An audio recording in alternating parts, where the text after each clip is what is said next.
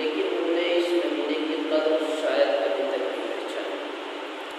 और यही वजह है कि 15-17 रोजे गुजर के मुलाफा चल रोजे रखने में, तरावी पढ़ने में, और तरावी को उन्होंने सरसरी तौर पर छोड़ दिया, फिक्र ही नहीं की। अगर हमें अंदाजा होता कि तरावी में कितना बड़ा सवाब होता तो फिर मेहनत करते। एक तरावी का एक सजदा, उस पर अल्लाह तबारक व तआला 1500 नेकियां देता है। तरावी के एक सजदे, ये पूरा महीना बरकतों और रहमतों का है। मिसाल से समझिए कि कोई शख्स दुकान पर जाता है, तैयारी करेंगे, तो किसी के जहन में ये आया कपड़े खरीदने के बाद कि कुरान शरीफ पर जुज़दान भी चढ़ाना है, एक कपड़ा और ले। कुरान शरीफ में जुज़दान जिलेदान चढ़ाने के लिए कपड़ा और ले। तो जब हमने कपड़े खरीद लिए, हमने सारे कपड़े खरीदने के बाद जहन में आया तो दुकानदार से ये कहा कि एक कपड़ा और छोटा सा टुकड़ा हुआ तो वो दे दें। कहा भाई क्यों? कि कुरान शरीफ में चढ़ाना है। अब वो दुकानदार भी वो कपड़ा उठाकर देगा जो उसके काम का नहीं, एक टुकड़ा छोटा सा। क्यों? ईमान खराब ना हो जाए, जो कोई पहला पड़ा हुआ छोटा सा टुकड़ा वो दे दिया। आपने भी अपने सूट में से नहीं कटवाया, जो आपने बेहतरीन महंगे कपड़े खरीदे थे उसमें से नहीं कटवाया, बस एक छोटा सा टुकड़ा ले लिया। आपकी नज़र में भी बेकीमत था और दुकानदार की नज़र में भी बेकीमत था और हकीकतन बेकीमत था। लेकिन जब आप उसको खरीद कर लाए और आपने लाकर उसको सिया, सीने के बाद कुरान पे चढ़ाया, अब खुद बताओ कि उसकी कीमत कितनी बढ़ गई। आप अपना जोड़ा जमीन पर गिर सकते हैं, लेकिन वो जुज़दान जमीन पर नहीं गिर सकते। अगर गिर गया तो बच्चा भी उठा के झूमेगा, ये तो कुरान शरीफ का कपड़ा है, जमीन पर क्यों गिरा दिया। अगर उसको धोते भी हैं तो उसका पानी नाली में नहीं जाने देते। क्यों? इसलिए कि कुरान का कपड़ा है। उसको भी किसी पेड़ में डाल देते हैं, उसका मकाम और मर्तबा इतना बढ़ा कि अब आपने जो 2-4 हज़ार रुपए के कपड़े खरीदे थे, बेहतरीन सूट खरीदा था, वो बेकीमत हो गई, उनकी इज्जत और मकाम न रहा। लेकिन ये बेकीमत कपड़ा जो आपने खरीदा लिया था बगैर पैसों के, अब उसकी कीमत कितनी बढ़ी कि अब उसको सीने से लगाते हैं, चूमते हैं, माथे से लगाते हैं, क्योंकि उसकी निस्बत कुरान से, उसकी निस्बत कुरान से हुई, इस वजह से उसका मकाम बढ़ा। अल्लाह ने कुरान में लैलतुल क़द्र, इन्ना अंज़लनाहु फ़ी लैलतिल क़द्र, ये रात उतारी है तो रमज़ान की फजीलत बढ़ गई। अल्लाह तबारक व तआला ने रमज़ान के महीने में कुरान उतारा है तो रमज़ान का महीना तमाम महीनों से अफजल होगा। 11 महीने हैं, कोई कदर नहीं, लेकिन ये रमज़ान का महीना इन सारे महीनों से अफजल बना। क्यों? इसलिए कि इसकी निस्बत कई वजहों से बढ़ गई। एक लकड़ी है बेकार सी, खराब सी लकड़ी पड़ी, आपने उसकी तिपाई बनवा दी या रहल बनवा दी, अब वो रहल भी नीचे नहीं रखी जाती, कुरान के साथ जोड़ दी, उसके ऊपर कूदना भी गवारा नहीं करते। दीगर लकड़ियां उन पर बैठते हैं, उन पर चलते हैं, उन पर कारोबार करते हैं, लेकिन वो लकड़ी जब कुरान से जुड़ी है, कुरान उससे जुड़ा है, तो उस लकड़ी का मकाम और मर्तबा बढ़ता है। आप अगर रास्ते में जाएं, बेहतरीन से बेहतरीन कागज पड़ा हुआ हो, किसी का शादी कार्ड पड़ा हुआ हो, कोई बेहतरीन कितना भी अच्छा कार्ड कागज कैसा भी पड़ा हुआ है, पोस्टर पड़ा हुआ है, आते भी ध्यान भी नहीं देते। एक रद्दी रफ कागज के ऊपर अगर बिस्मिल्लाहिर्रहमानिर्रहीम लिखी है तो फौरन उठा लेते हैं, फौरन उठा लेते हैं, चूमते हैं, साफ करके एक कुछ जगह अच्छी जगह रख देते हैं। क्यों? इसलिए कि वो कागज कीमती नहीं था, उस कागज के ऊपर जो बिस्मिल्लाह लिखी हुई है, अल्लाह का नाम लिखा हुआ है, उसकी वजह से उस कागज की कदर की हुई है। तो ये रमजान का महीना बहुत सारी